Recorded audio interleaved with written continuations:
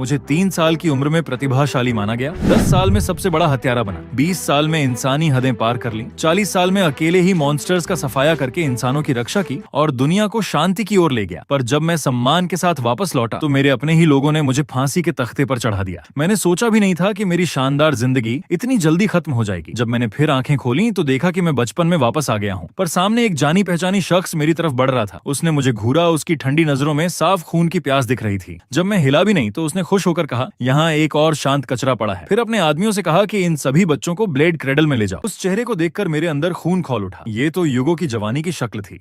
क्या मैं सचमुच बचपन में लौट आया हूँ? शायद ऊपर वाले को मेरे साथ हुए अन्याय पर तरस आ गया और उन्होंने मुझे दूसरा मौका दिया। इस बार मैं इस दुनिया से बास्करविल खानदान का नामो निशान मिटा दूंगा। पर अभी मैं एक बच्चा हूँ, कुछ कर नहीं सकता।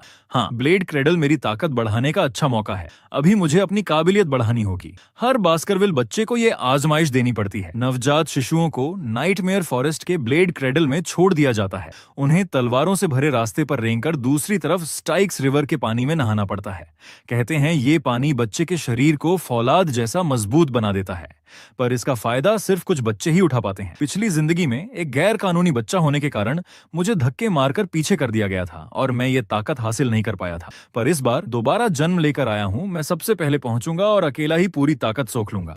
मैंने अचानक ही लक्ष्य तक पहुंचकर सबको हैरान कर दिया और स्टाइक्स रिवर में कूद गया। पानी मेरे घावों में समा रहा था। दर्द नहीं हो रहा था, बल्कि लगातार नई ताकत आ रही थी। बस कुछ मिनटों में ही ऐसा असर, अगर सारी एनर्जी सोख लूं तो उन कानूनी बच्चों को मीलों पीछे छोड़ दूंगा। ज्यादा तेजी से ताकत लेने के लिए मैंने मुंह खोलकर कई लीटर पानी पी लिया। मैं डूबने लगा, पर पिछली जिंदगी के अन्याय को याद करके आखिरी पल तक पानी से बाहर नहीं निकला। किनारे पर मेरे पिता के सेवक ने बताया कि 30 मिनट हो गए हैं। पिता ने संत जैसी मुस्कान दिखाते हुए कहा कि बास्करविल खानदान में शायद सदियों का सबसे बड़ा प्रतिभाशाली बच्चा पैदा हुआ है। पर नौकर घबरा गए। बुसी उला बारा एक गुरंया रहा है। उन्हें डर था कि इतनी देर पानी में रहने से मैं डूब जाऊंगा। उन्होंने मुझे बाहर निकालने की गुजारिश की। आखिरकार पिता ने कहा, बस बाहर आ जा। पर मैं नहीं निकला तो उन्होंने मुझे जबरन बाहर खींच लिया। मुझे देखकर वो हैरान रह गए। तुमने सिर्फ पानी में नहीं डुबकी लगाई, बल्कि बहुत सारा पानी पी भी लिया, यहाँ तक कि तुम्हारे दांत भी निकल आए हैं। पिता के चेहरे पर मुस्कान आ गई। बेशक तुम मेरे ही बेटे हो, युगों के बेटे। दम घुटने के आखिरी पल तक भी तुमने पूरी ताकत सोख ली। शायद तुम हमारे खानदान को नई बुलंदियों पर ले जाओगे। हाँ, मेरा लक्ष्य भी खानदान के लिए ही है, पर वो है इसे हमेशा के लिए खत्म करना। जब मैं फिर जागा तो नर्सरी में था। एक नौकरानी एक पैकेट लेकर चुपके से मेरे पास आई। वो बुदबुदा रही थी, मालकिन ने इसे यहाँ क्यों भेजा है? एक गैर कानूनी बच्चे को तोहफा देने वाला कोई नहीं होता। लगता है मेरी परीक्षा में अच्छा प्रदर्शन देखकर किसी को मेरी चिंता सताने लगी है। वो मुझे जल्द से जल्द मार देना चाहते हैं। अचानक पैकेट खुल गया और उसमें से 2 जहरीले सांप निकले। मुझे मारने के लिए इतने दुर्लभ सांप लाए गए हैं। अगर पिछली जिंदगी का बच्चा होता तो शायद मर जाता, पर दोबारा जन्मा हूं। मैं इन छोटी मोटी चीजों के आगे कैसे हार सकता हूं? चलो स्टाइक्स रिवर से मिली नई ताकत आजमाते हैं। मैंने जल्दी से हमला किया और सांपों की गर्दन मजबूती से पकड़ ली। फिर स्टाइक्स रिवर से निकले अपने फौलादी दांत दिखाए। उस पल बास्करविल खानदान को तबाह करने का मेरा इरादा और पक्का हो गया। अगली सुबह सभी नौकर नर्सरी का दृश्य देखकर सन्न रह गए।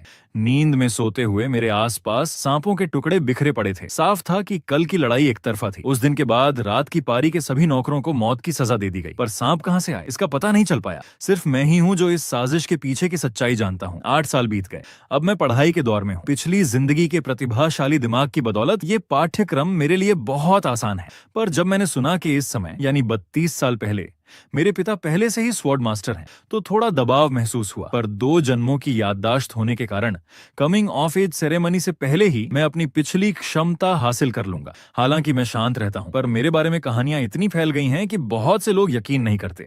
कक्षा के बाद 3 लड़कों ने मुझे एक कोने में धकेल दिया। ये तीनों आगे चलकर बास्करविल ट्राइडेंट के नाम से मशहूर होंगे। ये वही हैं जिन्होंने मुझ पर मॉन्स्टर्स से मिली भगत का झूठा आरोप लगाया था। अगर इन्हें 10 साल और बढ़ने दिया जाए तो ये बहुत बड़ी परेशानी बनेंगे, इसलिए इन्हें अभी खत्म कर देना चाहिए। अचानक सबसे बड़े ने चाकू निकालकर मेरी तरफ तान दिया। सुना है तुम स्टाइक्स रिवर में 30 मिनट तक रहे। हम तीनों भाई इस पर यकीन नहीं करते, हम खुद परखना चाहते हैं। फिर दूसरे ने मेरे मुंह को पीछे से दबा लिया। अगर तुम हमारे पकड़ में रहकर 10 मिनट तक सांस रोक सको तो हम तुम्हें जाने देंगे। कहते हैं बच्चों के तरीके ज्यादा क्रूर होते हैं। सच है, चलो तुम्हारे साथ खेलते हैं। 1 मिनट गुजरा, 5 मिनट, 12 मिनट। आखिरकार उन्हें एहसास हुआ कि उन्होंने गलत शख्स को चुनौती दे दी है। उन्होंने मुझे छोड़ने के बारे में बात करना शुरू कर दिया। पर भगवान को बुलाना आसान है, विदा करना मुश्किल। मैं तुम्हें इतनी आसानी से जाने कैसे दे सकता हूँ? मैंने जल्दी से दूसरे लड़के की 10 उंगलियां काट ली, फिर डरावनी नजरों से उन्हें देखते हुए कहा, क्या मेरी काबिलियत देखनी चाहते थे ना? बड़े भाई ने अपने छोटे भाई की उंगलियां कटी देखी तो उसने चाकू उठाकर मेरे गाल पर वार किया, पर मैंने बिल्कुल भी नहीं हटा। चलो उन्हें स्टाइक्स रिवर से मिले मेरे फौलादी शरीर का मजा चखाता हूँ। मेरी आंखों में लाल रंग चमक उठा। चलो अच्छी तरह खेलते हैं। मैंने जोरदार मुक्का बड़े भाई के चेहरे पर मारा।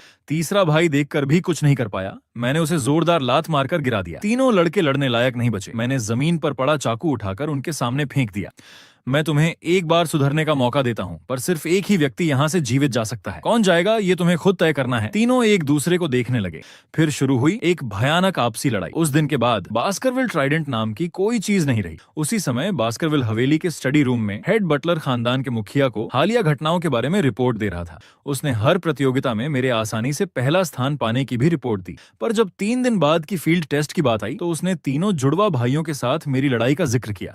शारीरिक चोटें तो भर गई हैं, पर दिमागी रूप से उन पर स्थायी निशान पड़ गए हैं। अब से वो एक दूसरे से बिल्कुल अलग रहते हैं।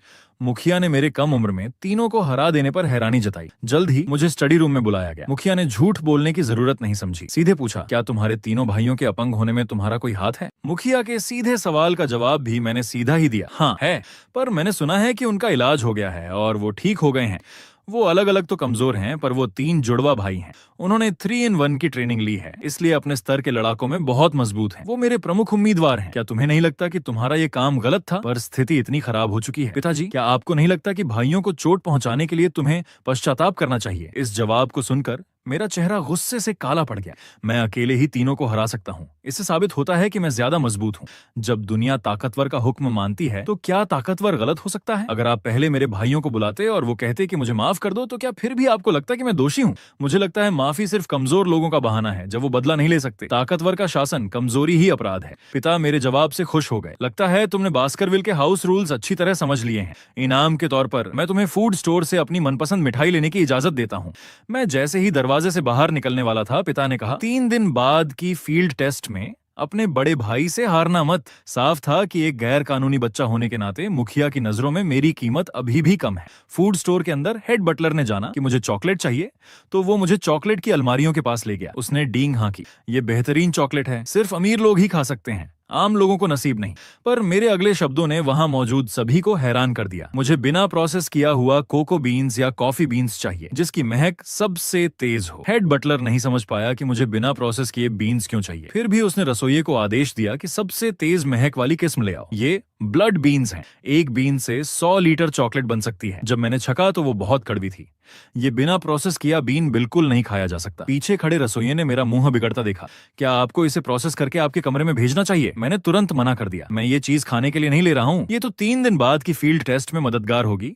इन ब्लड बीन्स से मैं मॉन्स्टर्स का शिकार करूंगा और उस दिन जो होगा वो बास्करविल के इतिहास में अभूतपूर्व घटना होगी। 3 दिन बाद फील्ड टेस्ट के मैदान में चीफ इंस्ट्रक्टर पावलोव ने नियम समझाए। इस बार के नियम सीधे हैं, बस 2 हैं। स्कारलेट ब्लैक लैंड में 1 महीने तक जिंदा रहो और ताकतवर मॉन्स्टर पकड़ो। जिंदा बचे तो 10 अंक, बिना चोट के बचे तो 30 अंक, अकेले बचे तो 50 अंक, मॉन्स्टर पकड़कर बचे तो 70 अंक। दूसरों के बैज छीनने पर अलग से अंक मिलेंगे। फिर पावलोव ने स्कारलेट ब्लैक लैंड के प्रतिबंधित इलाके रेड फेदर ब्लैक माउंटेन्स का जिक्र किया। उसने सलाह दी कि सभी बच्चे सुरक्षित इलाके में ही रहें। रेड फेदर ब्लैक माउंटेन्स का नाम सुनकर मैं उत्साहित हो उठा। बहुत दिनों बाद वहां जा रहा हूं। इंस्ट्रक्टर के घंटी बजाते ही टेस्ट शुरू हो गया। कुछ बच्चे पिछले साल के अच्छे इलाकों की ओर भागे तो कुछ दूसरों के पीछे लग गए ताकि उनके अंक छीन सकें। मैंने पिछली जिंदगी का अनुभव इस्तेमाल करते हुए अपने घर के आंगन की तरह चलना शुरू किया। प्रतिबंधित इलाके की सीमा के पास मुझे एक शानदार जगह मिल गई। वहीं हर बच्चे की सुरक्षा के लिए एक इंस्ट्रक्टर चुपके से उसके पीछे लगा दिया जाता है। मेरे पीछे लगे इंस्ट्रक्टर को मशहूर प्रतिभा की असली ताकत देखने की उम्मीद थी। पर जब दूसरे बच्चे मॉन्स्टर्स का शिकार कर रहे थे, मैं सिर्फ सूरज निकलने पर बैठता और डूबने पर सो जाता। मेरे इस व्यवहार ने इंस्ट्रक्टर को हैरान कर दिया। उसे शक होने लगा कि मैं यहाँ आखिर कर क्या रहा हूँ और क्या मेरी प्रतिभा की अफवाहें सच हैं या झूठ। वो नहीं जानता था कि ये सब मेरी नकली दिखावा है। मुझे कुछ देर तक देखने के बाद उसने सोचा कि मैं बस आराम कर रहा हूँ और ये बहुत उबाऊ है। उसने सोचा कि मैं यहीं रहूंगा और मुझे सुरक्षा की जरूरत नहीं है, इसलिए वो चला गया। जैसे ही निगरानी करने वाला चला गया, मैंने तुरंत एक पैकेट निकाला और उसमें ब्लड बीन्स डाल दिए। ये तरीका, खून की महक को छुपाने के लिए ब्लड बीन्स का इस्तेमाल करना, मुझे पिछली जिंदगी में मेरे एक साथी ने बताया था। फिर मैंने आसपास सैकड़ों जाल बिछा दिए। अब शिकार असली मतलब में शुरू हो सकता था। मैंने एक कदम बढ़ाया और स्कारलेट ब्लैक लैंड के प्रतिबंधित इलाके में चला गया। आसपास की टहनियों से जली हुई महक आ रही थी। मुझे यकीन हो गया कि मुझे जो चीज चाहिए वो यही है। तभी मेरी नजर जमीन पर पड़ी एक बड़ी सी गोबर जैसी चीज पर गई। इतनी बड़ी गोबर सिर्फ एक ही तरह के जानवर की हो सकती है। खतरे के स्तर B+ वाली हेल हाउंड, यही मेरा लक्ष्य था। 8 साल के बच्चे का सामना हेल फायर फेंकने वाली कुतिया से होना चाहिए था। ये तो एक तरफा मारपीट होनी चाहिए थी, पर मेरे पास 2 जन्मों की याददाश्त थी। कुछ देर पहले इस फील्ड टेस्ट में पहला स्थान पाने के लिए मैं रेड फेदर ब्लैक माउंटेन्स आया था ताकि हेल हाउंड का शिकार कर सकूं। ये एक ऐसा मॉन्स्टर है जिससे इंस्ट्रक्टर भी आसानी से नहीं भिड़ते। इसका सिर काट कर ले जाने से इस टेस्ट में पहला स्थान पक्का हो जाएगा। पिछली जिंदगी में 18 साल की उम्र में भी मैं अकेला इसे नहीं हरा पाया था, पर अब सिर्फ 8 साल का होने के बावजूद मुझे जरा भी डर नहीं है, क्योंकि मुझे हेल हाउंड की 3 जानलेवा कमजोरियां पता है। पहली कमजोरी, वो सिर्फ सीधी रेखा में भाग सकती है, अचानक मुड़ने में उसे दिक्कत होती है। मैं इस बात का फायदा उठाकर उसकी ताकत खत्म कर दूंगा। दूसरी कमजोरी, हेल हाउंड को पानी से डर लगता है। पानी चाहे कम हो या ज्यादा, पानी देखते ही वो उससे दूर भागती है। इससे उसकी रफ्तार कम हो जाएगी और वो सीमित हो जाएगी। तीसरी और सबसे बड़ी कमजोरी, कुत्ते की नस्ल के सभी जानवरों के लिए चॉकलेट जहर की तरह काम करती है। बस उसे मुंह खोलने के लिए मजबूर करो और मैं अपने ब्लड बीन्स उसके मुंह में डाल दूंगा। सभी कुत्ते की नस्ल के जानवर शिकार को दबोचने के लिए पहले मुंह खोलते हैं। मैं उसी पल का फायदा उठाकर ब्लड बीन्स उसके मुंह में डाल दूंगा। फिर बस जहर का असर होने का इंतजार करना है। आखिरकार एक बीन से 100 लीटर चॉकलेट बनती है, तो असर कितना तेज होगा समझ सकते हो। लगता है नर्क से आई ये कुतिया भी चॉकलेट के आगे हार गई। पर हेल हाउंड आखिरकार B+ लेवल का मॉन्स्टर है। इसकी शारीरिक बनावट भी अलग है। इसकी मजबूत पसलियां दिल की हमेशा रक्षा करती हैं, पर इसे खत्म करने का एक ही तरीका है, नीचे से हमला करो और कमर पर वार करो। अचानक मॉन्स्टर के घाव से एक नीली रोशनी निकली। ये वो ऊर्जा है जो मॉन्स्टर को मारने से मिलती है, जिससे इंसान की ताकत तेजी से बढ़ती है और शरीर मजबूत होता है। उस पल मैंने हाथ में छोटी तलवार घुमाई। पहले से हल्का लग रहा था। इस रफ्तार से कमिंग ऑफ एज सेरेमनी से पहले ही पिछली जिंदगी की पूरी ताकत हासिल कर लूंगा। ये बिल्कुल असंभव नहीं है। 8 साल के बच्चे ने B+ लेवल के खतरनाक मॉन्स्टर को मार डाला। ये सुनकर युगो का क्या हाल होगा। इस हेल हाउंड को देखते हुए इस फील्ड टेस्ट में पहला स्थान मेरा ही होगा, और पहले स्थान के इनाम के बारे में मैंने सोच भी लिया है। वो चीज है जिसके बारे में पिछली जिंदगी में मैं सोच भी नहीं सकता था। तभी मैंने पीछे किसी के पैरों के आने की आवाज सुनी। पीछे 4 और हेल हाउंड आ गई थी। शायद इन्होंने अपने साथी की चीख सुन ली थी और बदला लेने आई थी। मैंने तुरंत अपने पास पड़ी पहली कुतिया का सिर काटकर उन्हें दिखाया, ताकि वो समझ जाएं कि मैं वो नहीं हूं जिससे वो लड़ सकते हैं। मेरे इस काम को देखकर चारों कुतियों के चेहरे पर डर छा गया। वो सिर झुकाकर पीछे हटने लगी। तभी मुझे कुछ अजीब लगा। आखिरकार नर्क के कुत्ते भी जानलेवा शिकारी होते हैं। एक 8 साल के बच्चे को देखकर ऐसे बर्ताव नहीं करते। मैंने तुरंत पीछे मुड़कर देखा तो वहां एक नर की बदबू फैलाता 3 सिर वाला कुत्ता खड़ा था। हेल का दरबान कुत्ता सर्बेरस, A ग्रेड का 3 सिर वाला मॉन्स्टर जो रेड फेदर ब्लैक माउंटेन्स की गहराइयों में रहता है। वो बाहरी इलाके में कैसे आ गया? अचानक मैंने देखा कि उसके शरीर से खून बह रहा है। गौर से देखा तो उस पर हर जगह तीर के निशान और घाव थे। इसे इतना घायल करने वाला तो बस वही लोग हो सकते हैं। उस वक्त मैंने अपने आप को संभाला। अगर मैं इस सर्बेरस का शिकार कर लेता तो मेरी पिछली जिंदगी की ताकत वापस पाने का रास्ता और करीब आ जाता। एक घायल A ग्रेड मॉन्स्टर के सामने अब मैंने अपनी पूरी ताकत छिपानी बंद कर दी। मेरी तलवार पर तुरंत एनर्जी की एक परत चढ़ गई। स्वॉर्ड मास्टर की कुशलता एक घायल दुश्मन से निपटने के लिए काफी थी, और मैंने सर्बेरस पर हमला बोल दिया। जब मुझे लगा कि ये वार उसके सिर पर जरूर लगेगा, तो सर्बेरस ने बिजली की रफ्तार से मेरे पास से जवाबी हमला कर दिया। खैर, मेरी प्रतिक्रिया करने की क्षमता पिछले जन्म जैसी ही थी। मैं पीछे हटकर उसके जोरदार हमले से बच गया। लगता है घायल होने के बावजूद उसकी लड़ने की क्षमता ज्यादा कम नहीं हुई थी। पिछले जन्म में मैं आसानी से सर्बेरस को कुचल देता था। इस जन्म में भी मैं ऐसा ही कर सकता था। जब मैं जोर लगाकर हमला करने वाला था, सर्बेरस ने भी मेरी चुनौती महसूस कर ली और उसने अपना अंधेरे जैसा बड़ा मुंह खोलकर लगातार गुर्राना शुरू कर दिया। अगले ही पल सर्बेरस ने अचानक हमला किया और मेरी तलवार उसके मुंह में चकनाचूर हो गई, और जब मैं सहम गया उसके विशाल पंजे ने मुझे दूर फेंक दिया। उस वक्त मुझे असली ताकत का अंतर समझ आया। सिर्फ 8 साल के शरीर से सर्बेरस को चुनौती देना अभी जल्दी था। भले ही मुझे स्टाइक्स रिवर से मिली स्टील जैसी मजबूत देह मिली थी, उसके हमले को सहने के बाद मेरे शरीर के अंदर के अंग लगभग टूट ही गए थे। खैर, स्टाइक्स रिवर से मिली स्टील जैसी देह की वजह से मैं उसके हमले को बमुश्किल झेल पाया। जैसे जैसे मॉन्स्टर करीब आ रहा था, मैं अपने दिमाग में बार बार दोहरा रहा था कि बेहोश नहीं होना है। अचानक सर्बेरस ने खून से लथपथ मुंह खोलकर मेरी ओर झपटा। मैंने तुरंत अपने घायल शरीर को संभालकर छलांग लगाई, नहीं तो मेरे पीछे का चबाया हुआ पेड़ शायद मैं होता। हालात को बिगड़ता देख मैंने पिछले जन्म की उस आखिरी चाल को याद किया जो जान बचाने के वक्त काम आती थी। लगता है अब उसे छिपाने का कोई मतलब नहीं, और वो चाल थी आखिरी इलाज, भाग जाना।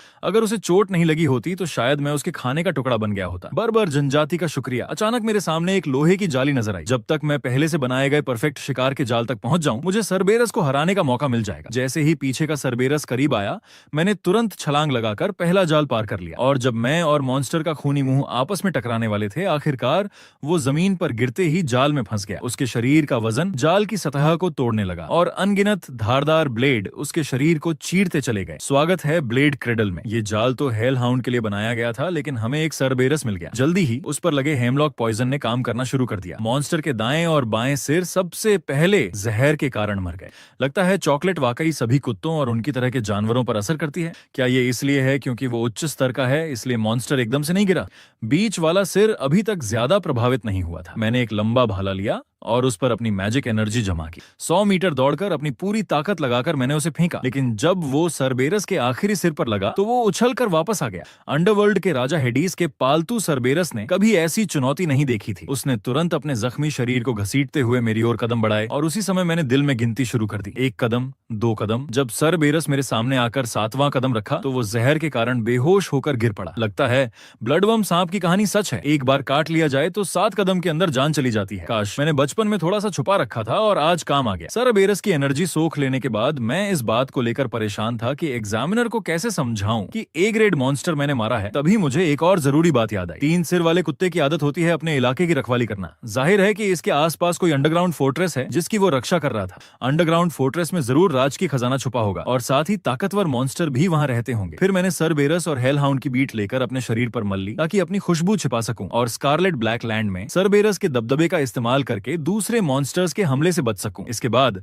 मैं सरबेरस के आने के रास्ते पर चल पड़ा और जल्दी ही गहराई में छुपे अंडरग्राउंड फोर्ट्रेस तक पहुंच गया। ये जगह मुझे पिछले जन्म से याद आई, लेकिन तब मैं 10 साल बाद आया था और तब तक अंदर का खजाना निकाला जा चुका था। लेकिन अब ऐसा नहीं है। सड़ांत के पीछे मैजिक एनर्जी की महक छुपी है। जाहिर है अंदर की चीजें अभी भी हैं। मैं उत्सुक था कि आखिर वहां किस किस्म का खजाना मेरा इंतजार कर रहा है। जब लालची मॉन्स्टर राजा के शव से बनी डेमोनिक स्वॉर्ड आपके शरीर पर कब्जा कर ले, तो क्या आप उसके द्वारा निगल लिए जाएंगे या फिर डेमोनिक स्वॉर्ड को हराकर अपनी ताकत बढ़ा लेंगे? उस वक्त सरबेरस और हेल हाउंड की बीट से सना हुआ मैं टेलरस्टोन के निशानों का पीछा करते हुए गहराई में छुपे अंडरग्राउंड फोर्ट्रेस तक पहुंचा। जैसे जैसे मैं और अंदर गया, दीवारों पर हर जगह लाल रूबी की नसें दिखाई दे रही थीं। लगता है ये जगह रेड फेदर ब्लैक माउंटेन से जरूर जुड़ी है। लेकिन तभी गुफा की गहराई से मेरी ओर एक चमकदार रोशनी की किरण आई। अंधेरे में रहने वाली मेरी आंखें उस तेज रोशनी को एकदम से सह नहीं पाई। मैंने अंदाजा लगा लिया कि वही जगह अंडरग्राउंड फोर्ट्रेस होगी। जैसा कि मैंने सोचा था, वहां एक मैजिक एनर्जी बिखेरता हुआ लाल रूबी पड़ा था। पता चला कि यह मैजिक एनर्जी से भरा लाल रूबी ही पूरे अंडरग्राउंड फोर्ट्रेस को रोशन कर रहा था।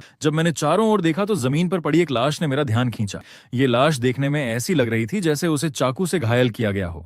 पूरे शरीर पर घाव और भूरे सूखे खून के निशान थे। लगता है कई साल पुरानी है। मैंने तुरंत जमीन पर पड़ा एक आखिरी खत उठाया। खत की लिखावट से पता चला कि ये शख्स भी बास्करविल खानदान से ताल्लुक रखता था। खत की शुरुआत में ही आने वाली पीढ़ियों को चेतावनी दी गई थी कि उसकी गलती न दोहराए। उन्होंने किंवदंती वाले अंडरग्राउंड फोर्ट्रेस के बारे में सुना जहां अनगिनत दुर्लभ खजाने थे। इसलिए वो और उसका भाई रेड फेदर ब्लैक माउंटेन्स की गहराइयों में खोज करने निकले और अचानक उन्हें ये बिना तल वाली गुफा मिल गई। उन्हें लगा कि शायद यही वो जगह है। यहाँ उन्होंने अनगिनत चुनौतियों का सामना किया, सारे मॉन्स्टर्स मार डाले और अंडरग्राउंड फोर्ट्रेस पर कब्जा कर लिया। लेकिन खजाने तक पहुंचने की आखिरी चुनौती ने उन्हें पूरे 3 साल तक उलझाए रखा। आखिरकार 3 साल बाद एक दिन उन्हें एक नतीजा मिला। वो ये कि वो दोनों एक अंडे से जुड़वां थे। माँ के पेट में वो एक इंसान गिने जाते थे। जब वो अंडरग्राउंड फोर्ट्रेस में आए तो वो वाकई 2 इंसान थे। तो इस खजाने को पाने के लिए दूसरे इंसान को खत्म करना जरूरी था। हालांकि उसने लड़ाई में अपने भाई को हरा दिया, लेकिन लाल रूबी में कोई बदलाव नहीं आया।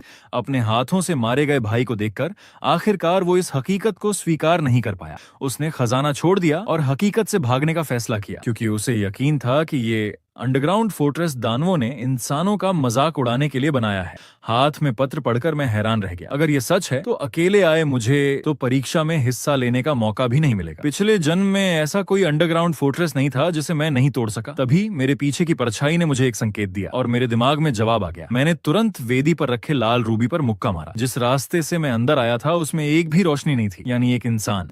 जब मैं मुख्य हॉल में पहुंचा तो रूबी की रोशनी ने मेरी परछाई बना दी, यानी 2 इंसान। तो बस रूबी को तोड़कर हॉल को फिर से अंधेरे में डालना था ताकि सिर्फ एक इंसान बचे। टूटा हुआ रूबी धीरे धीरे ऊपर उठा और उसमें से जो चीज निकली वो थी किंवदंती वाली डेमोनिक स्वॉर्ड। पिछले जन्म में मैंने सिर्फ इसके बारे में सुना था। प्राचीन काल में 7 मॉन्स्टर्स आए जिन्होंने हर तरह का अत्याचार किया, जिससे दुनिया में हाहाकार मच गया। बड़ी तबाही रोकने के लिए 7 खानदानों के मुखिया आगे आए और हर एक ने एक मॉन्स्टर से लड़ाई की। बास्करविल खानदान के पहले मुखिया का सामना हुआ लालची मक्खी बेल्जेबब से। आखिरकार 81 दिनों की जंग के बाद उसे मार दिया गया और स्कर्विल इलाके में दफन कर दिया गया। ये डेमोनिक स्वॉर्ड उसी लालची मक्खी बेल्जेबब के शव से बनी थी। कहा जाता है कि ये स्वॉर्ड बाद में मॉन्स्टर्स के हाथ लग गई। मॉन्स्टर्स की जंग में कितने ही लोग मुसीबत में फंस गए, लेकिन इस जन्म में ऐसा नहीं होगा क्योंकि अब ये मेरी है। अचानक डेमोनिक स्वॉर्ड एनर्जी बनकर मेरे दाएं हाथ में समा गई। फिर स्वॉर्ड की काया मेरे शरीर से ही बाहर निकल आई। साथ ही मैंने पूरे शरीर में ताकत महसूस की। क्या बात है, मॉन्स्टर के शव से बनी ये डेमोनिक स्वॉर्ड अब से यही मेरी सबसे बड़ी ताकत है। चारों ओर देखने पर कोई और कीमती चीज नहीं मिली तो मैंने जाने की तैयारी की। तभी अचानक मेरे सिर में तेज चक्कर आया, या यूं कहूं कि भूख का एहसास हुआ। मेरा अंदाजा है कि ये इस कमबख्त डेमोनिक स्वॉर्ड की वजह से है। आखिरकार ये यहाँ सैकड़ों साल से भूखी थी। जब मैं बाहर निकला तो मुझे खाने की महक आई। क्या डेमोनिक स्वॉर्ड ने मेरी सूंघने की शक्ति बढ़ा दी? डेमोनिक स्वॉर्ड मुझे एक दिशा में तेजी से खींचने लगी। हाँ, सही था, उसे मेरे शिकार के बी ग्रेड हेल हाउंड की लाश मिल गई। स्वॉर्ड की धार तुरंत मॉन्स्टर के शरीर में घुस गई। जैसे जैसे वो एनर्जी सोख रही थी मेरे चक्कर भी कम हो रहे थे। क्या रेड फेदर ब्लैक माउंटेन्स के जंगल और मिट्टी की जान भी इसी वजह से गई थी? बी ग्रेड हेल हाउंड की एनर्जी सोखने के बाद मुझे उस कुत्ते का स्किल मिल गया, ब्लीड आउट। यहाँ तक कि सबसे छोटे घाव से भी दुश्मन का खून बहता रहेगा। और इसमें अभी 2 स्किल स्लॉट खाली थे। लगता है हर मॉन्स्टर की अपनी एक खास काबिलियत होती है और डेमोनिक स्वॉर्ड दूसरों के स्किल सोखकर अपना बना लेती है। तभी डेमोनिक स्वॉर्ड ने मुझे एक तरफ खींचा। असल में उसे बी ग्रेड हेल हाउंड काफी नहीं लगा। पास में पड़ी ए ग्रेड सर्बेरस की लाश उसे ज्यादा आकर्षित कर रही थी। इस रफ्तार से एनर्जी सोखते रहे तो फील्ड टेस्ट के लिए शिकार ही नहीं बचेंगे। मैंने गुस्से में कहा, मेरे शरीर में हो तो मेरी बात मानो। सर्बेरस की एनर्जी सोखने के बाद बचे हुए 2 स्लॉट भी भर गए। मिला सर्बेरस का स्किल फायर ईगोनी। हमला होने पर शरीर में आग जलने जैसा दर्द होगा जब तक मौत नहीं हो जाती। मैं सोचने लगा क्या सर्बेरस का लेवल ऊंचा होने से 2 स्किल मिले, लेकिन जब मैंने तीसरा स्किल देखा तो हैरान रह गया। एस ग्रेड ग्राउंड राइट का हाई स्पीड रिजनरेशन स्किल। पता चला सर्बेरस की लाश खा रहे चूहे की भी एनर्जी सोख ली गई थी। फील्ड टेस्ट का शिकार भी तैयार हो गया। अब आराम से टेस्ट खत्म होने का इंतजार करते हैं। पिछले जन्म में 30 साल की उम्र में मैं सिर्फ 4थे लेवल तक पहुंच पाया था। इस जन्म में 8 साल की उम्र में ही मैंने 5वां लेवल पार कर लिया। फील्ड टेस्ट खत्म होने के कुछ दिन बाद युवा शिकारी वापस लौटने लगे। हर कोई अपना अपना शिकार लाया, उसके साथ आकलन और इनाम भी मिलने लगे। लेकिन जब सबने मेरा शिकार देखा तो सभी हैरान रह गए। किसी ने सोचा नहीं था कि एक 8 साल का बच्चा ए ग्रेड मॉन्स्टर का शिकार कर सकता है। जल्दी ही ये बात मुखिया तक पहुंच गई। 8 साल की उम्र में वो 3 सिर वाला कुत्ता मार डाला, जिससे खानदान के गार्ड नाइट्स भी घबराते हैं। खानदान के इतिहास में ऐसा कभी नहीं हुआ। मैनेजर भी हैरान था, इतना शक्तिशाली लड़का और सीधी लाइन से नहीं है। तभी मुखिया ने कहा, मैं पिछले मुखियाओं के कुत्ते पालने के तरीके को बदलना चाहता हूँ। खून की लाइन को इतना अहमियत मत दो, चाहे रॉयल खून हो या गुलाम का खून। अगर काबिलियत है तो उसे तराशो। अच्छे खून वाले कुत्ते में भी कुछ कमजोरियां होती हैं। क्या बीजील साहब ने मुखिया का स्वभाव ही बदल दिया है? उस वक्त मुझे मुखिया के स्टडी रूम में बुलाया गया। युगो फिर से सीधे मुद्दे पर आ गया। सुना है तुमने फील्ड टेस्ट में 3 सिर वाले कुत्ते सर्बेरस को मार डाला, ये कैसे हुआ? मैंने मासूमियत से कहा, पिछली बार पिताजी ने जो चॉकलेट दिया था उसी का कमाल है। सब जानते हैं चॉकलेट सभी कुत्तों के लिए जहर है। मेरे पास थोड़ी बची थी, तभी मैं उसे मार पाया। जब मैनेजर ने तुमसे शिकार के बारे में पूछा तो तुमने सही जवाब क्यों नहीं दिया? युगो के सवाल के जवाब में मैंने चापलूसी की। वो मेरे मालिक नहीं है, मैं बास्करविल खानदान का हूँ। मैं सिर्फ मुखिया की आज्ञा मानता हूँ। मेरी चापलूसी देखकर युगो ने मेरी बात मान ली और मेरे शिकार के सारे मॉन्स्टर्स की लाशें मुझे इनाम में दे दी। साथ ही पहले नंबर का इनाम। मैं कोई एक चीज मांग सकता था, लेकिन मेरा जवाब सुनकर सभी चौंक गए। मैंने कहा, मैं खानदान के 10,000 नेम्स लाइब्रेरी में जाकर पढ़ना चाहता हूँ। मेरा जवाब सुनकर पिता का चेहरा फिर से गंभीर हो गया। क्या तुम जानते हो कि ये लाइब्रेरी सिर्फ मुखिया और उनके सीधे वारिस ही इस्तेमाल कर सकते हैं? मैंने कहा, अगर अनुमति नहीं है तो कोई बात नहीं, लेकिन दिल में मैं सोच रहा था कि कैसे अंदर घुसा जाए। तभी युगो की बात ने मुझे हैरान कर दिया। ठीक है, तुम जा सकते हो और तुम लाइब्रेरी के अंदरूनी हिस्से में भी जा सकते हो। वहाँ बास्करविल खानदान की छठी स्वॉर्ड आर्ट की किताबें हैं। उस पल मुझे शक हुआ कि क्या दोबारा जन्म लेने से इंसान की किस्मत भी बदल सकती है। पिछले जन्म में जिसके नाम में गैर कानूनी था, वो ज्यादा से ज्यादा चौथी स्वॉर्ड आर्ट तक ही सीख पाता था। लेकिन अब भी खुश होने की जरूरत नहीं। फिलहाल पिता का स्तर 7वीं आर्ट तक पहुंच चुका है और जब मुझे फांसी दी गई थी तब तक वो 9वीं आर्ट सीख चुके थे। इस जन्म में मैं उनसे आगे निकल जाऊंगा, क्योंकि मुझे एक भुलाई हुई स्वॉर्ड आर्ट की किताब का पता है। इसमें पहले मुखिया की स्वॉर्ड आर्ट की सारी जानकारी है। अगर मैं इसे पूरी तरह समझ लूं तो मैं सीधे 10वीं आर्ट तक पहुंच जाऊंगा। फिर मैं तुरंत 10,000 नेम्स लाइब्रेरी पहुंच गया। पिछले जन्म में मैं जिस स्वॉर्ड आर्ट को सीखने के लिए तरसता था, वो सारी किताबें यहाँ थी। ये सुनिश्चित करने के लिए कि कुत्ते अपने मालिकों के खिलाफ खिलाफ न जाएं। उन्हें चौथी आर्ट से आगे कभी नहीं सिखाया जाता था और अब मेरे सामने वो किताब थी जिसे पिता ने मुझे पढ़ने के लिए कहा था, छठी स्वॉर्ड आर्ट। सोचा जा सकता है कि अगर मुझे ये छठी आर्ट वाली किताब पढ़ने दी गई तो शायद ये सोचकर कि एक 8 साल का बच्चा इसमें लिखी बातें समझ ही नहीं पाएगा, लेकिन तुमने मेरे बारे में गलत अंदाजा लगाया। पिछले जन्म में मैंने पहली से 40वीं आर्ट तक सब कुछ रट लिया था, इसलिए मैंने आगे के पन्ने छोड़कर सीधे पीछे के हिस्से पलटने शुरू कर दिए। मेरा यहाँ आने का मकसद ये नहीं था। जल्दी ही मैंने 5वीं और छठी आर्ट के रहस्य समझ लिए और लाइब्रेरी के और गहरे हिस्से में चला गया। अचानक मेरी नजर एक छुपे हुए कोने में रखी किताब पर पड़ी, द हिडन एम्बुश। इसे बास्करविल खानदान के पहले मुखिया ने लिखा था। इसमें न सिर्फ पहली से 9वीं आर्ट तक के बुनियादी सिद्धांत दर्ज थे, बल्कि खो चुकी 10वीं आर्ट सीखने का तरीका भी था। लेकिन आज तक कोई भी इसे नहीं सीख पाया क्योंकि इसमें 7 पन्ने गायब थे। लेकिन आज मुझे इस किताब की असली कीमत पता है। पिछले जन्म में जब मैं रेड फेदर ब्लैक माउंटेन्स के पास कोई काम कर रहा था तो मुझे एक अंडरग्राउंड फोर्ट्रेस में अचानक एक कागज का टुकड़ा मिला।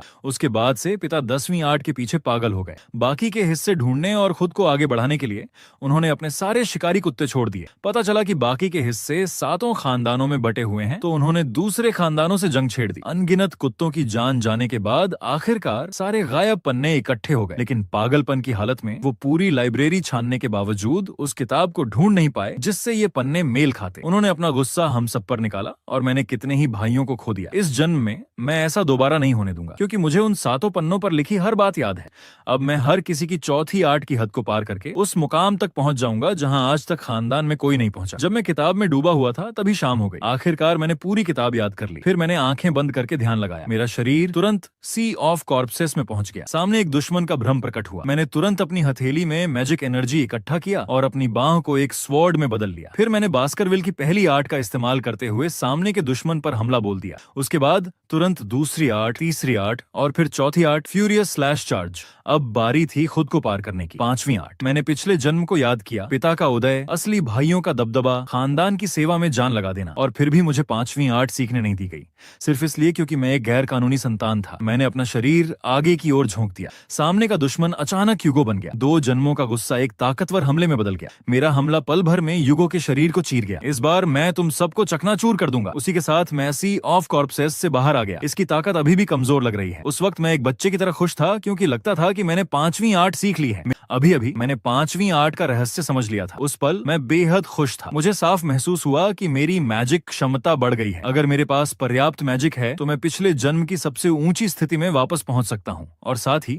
मैं एक स्वॉर्ड एक्सपर्ट से बढ़कर एक लो लेवल स्वॉर्ड मास्टर बन गया। याद रखो, पिछले जन्म में ये मुकाम पाने में मुझे 30 साल लगे थे। इस जन्म में मैंने सिर्फ 8 साल की उम्र में ये कर दिखाया। अब मैं एक स्वॉर्ड एक्सपर्ट से बढ़कर लो लेवल मास्टर बन गया। मास्टर और एक्सपर्ट का स्तर पूरी तरह अलग होता है। जब ठोस प्रकाश की रिंग और घनी तरल में बदल जाती है तो स्वॉर्ड आर्ट को और आजादी से इस्तेमाल किया जा सकता है और ज्यादा ताकत दिखाई जा सकती है। पिछले जन्म में सीखी गई स्वॉर्ड आर्ट हालांकि मुझे कुछ देर के लिए ताकतवर बना देती थी, लेकिन उसकी कीमत मेरे शरीर को कमजोर करना था। द हिडन एम्बुश हमला और बचाव के बीच संतुलन बनाए रखती है और इसमें बढ़ने की कोई सीमा नहीं है। अब मैं एक सर्वोच्च स्वॉर्ड मास्टर की भी 100% सफलता के साथ हत्या कर सकता हूँ। अगर सीधी लड़ाई हो तो भी मेरी जीत की 50% संभावना है। अब सिर्फ एक ही सवाल है, युगो को कितनी ताकत दिखाऊं ताकि बाहरी दुनिया को शक न हो। इस तरह मेरे पास उन चीजों को वापस पाने के लिए पर्याप्त वक्त होगा। फिर मैंने अपनी जेब से पहले से तैयार आवर्धक कांच निकाला। प्रकाश को केंद्रित करने के सिद्धांत का इस्तेमाल करते हुए मैंने द हिडन एम्बुश किताब को आग लगा दी। इस तरह इस दुनिया में सिर्फ मैं ही 10वीं आर्ट तक पहुंच पाऊंगा।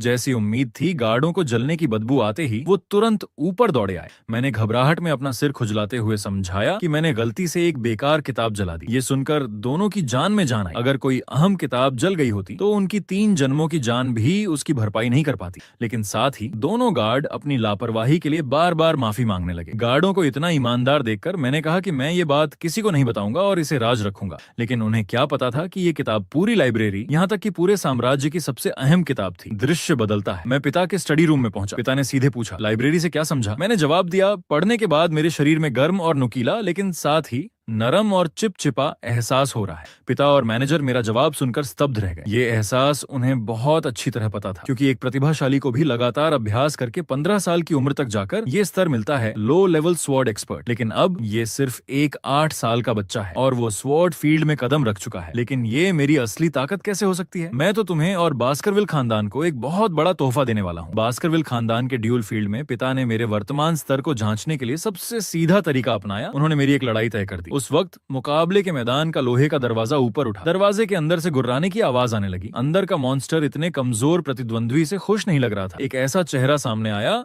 जो 2.5 महीने से भूखा था, एक सी ग्रेड ओगर। दर्शकों ने सांस रोक ली। आखिरकार एक 8 साल के बच्चे के लिए ये कोई आसान दुश्मन नहीं था। पिता ने मंच से कहा, अगर जरूरत पड़ी तो गार्ड नाइट हस्तक्षेप करेंगे। पिता के शुरू कहते ही ओगर के शरीर की जंजीरें खोल दी गई, खून से बनी आंखें लाल हो गई, दांत पिसने लगे और 1 साल से न धुले मुंह की बदबू फैलने लगी। सामने के इंसानी बच्चे के प्रति ओगर में कोई दया नहीं थी। वो अपना शरीर उछालकर मेरी ओर हमला करने लगा, लेकिन मैं भी कोई आम बच्चा नहीं था। मैंने पहल करते हुए बिजली की रफ्तार से आगे बढ़कर उसकी एक बांह काट दी। शायद ओगर ने भी नहीं सोचा होगा कि सामने का बच्चा इतना खतरनाक होगा। उसे कुछ समझने का मौका भी नहीं मिला कि उसकी एक बांह कट गई है। मैंने जीत को और आगे बढ़ाते हुए ओगर के निचले हिस्से पर हमला किया।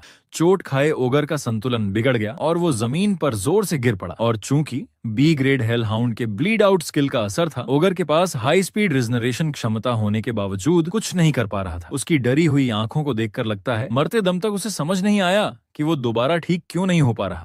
मंच पर बैठे दर्शक और भी हैरान थे। बिना मैजिक के इस्तेमाल के एक सी ग्रेड ओगर को इस हालत में पहुंचा देना। तुम जानना चाहते थे कि मैंने लाइब्रेरी में क्या पाया? मैं तुम्हें बताता हूँ। उस वक्त मैंने अपने हाथों से एक मुद्रा बनाई और स्वॉर्ड की धार पर लाल काले मैजिक की एक परत चढ़ गई। अभी अभी जमीन से उठा ओगर अचानक एक जानलेवा खतरे को महसूस करने लगा। मैं उसे प्रतिक्रिया देने का मौका कैसे देता? मैंने तुरंत एक बगल से काटने वाला वार किया जो सीधे उसके शरीर को चीर गया। इस बार पिता बिल्कुल नहीं बैठ पाए। मेरे शुरुआती प्रदर्शन से लेकर अब तक सी ग्रेड मॉन्स्टर को झटके से मारने तक मैं निस्संदेह 10,000 साल में एक बार आने वाला प्रतिभाशाली था। सिर्फ 8 साल की उम्र में पहली स्वॉर्ड आर्ट समझ लेना। लेकिन इज्जत के प्यारे पिता अभी भी ये कहकर बात समझा रहे थे कि ओगर बहुत देर से भूखा था, इसलिए मैं आसानी से जीत गया। लेकिन मेरे अगले शब्दों ने उनकी उत्तेजना को और भी चरम पर पहुंचा दिया। क्या इस ओगर से भी ताकतवर कोई और शिकार है? मेरी बात सुनकर दर्शक दंग रह गए। मुझे लगा कि कुछ हद तक ताकत दिखाना बेहतर होगा। अगर किस्मत अच्छी रही तो मेरी तरक्की को मान्यता मिल जाएगी। शायद मुझे किसी दूर के इलाके में भेज दिया जाए या किसी स्कूल में दाखिला मिल जाए। इस तरह मैं युगों से अलग हो जाऊंगा। लेकिन पिता बहुत उत्साहित थे। लगता था कि सी ग्रेड ओगर से उनके बेटे की असली ताकत का पता नहीं चला। उन्होंने मैनेजर से पूछा, आधे महीने पहले बर्बर लोगों पर हमले के वक्त पकड़े गए प्रयोग वाले मॉन्स्टर अभी भी हैं क्या? एक खून का प्यासा बी ग्रेड ट्रॉल। वो निश्चित तौर पर मेरे बेटे के लिए सही प्रतिद्वंद्वी होगा। उस वक्त 10 मीटर लंबा काले पत्थर जैसी खाल वाला एक मॉन्स्टर धीरे धीरे मेरी तरफ आने लगा। उसकी बाहें लोहे के गदा जैसी मजबूत और ताकतवर थीं, जो आसानी से किसी इंसान का सिर कुचल सकती थी। दर्शकों को ऐसा लगा जैसे उन पर कोई बड़ा खतरा आ गया हो और वो डर से सांस भी नहीं ले पा रहे थे। इसके बावजूद मैं हमेशा की तरह शांत था। मैंने पिता से पूछा, क्या मैं शुरू कर सकता हूँ? मॉन्स्टर की जंजीरें खोलते ही लड़ाई शुरू हो गई।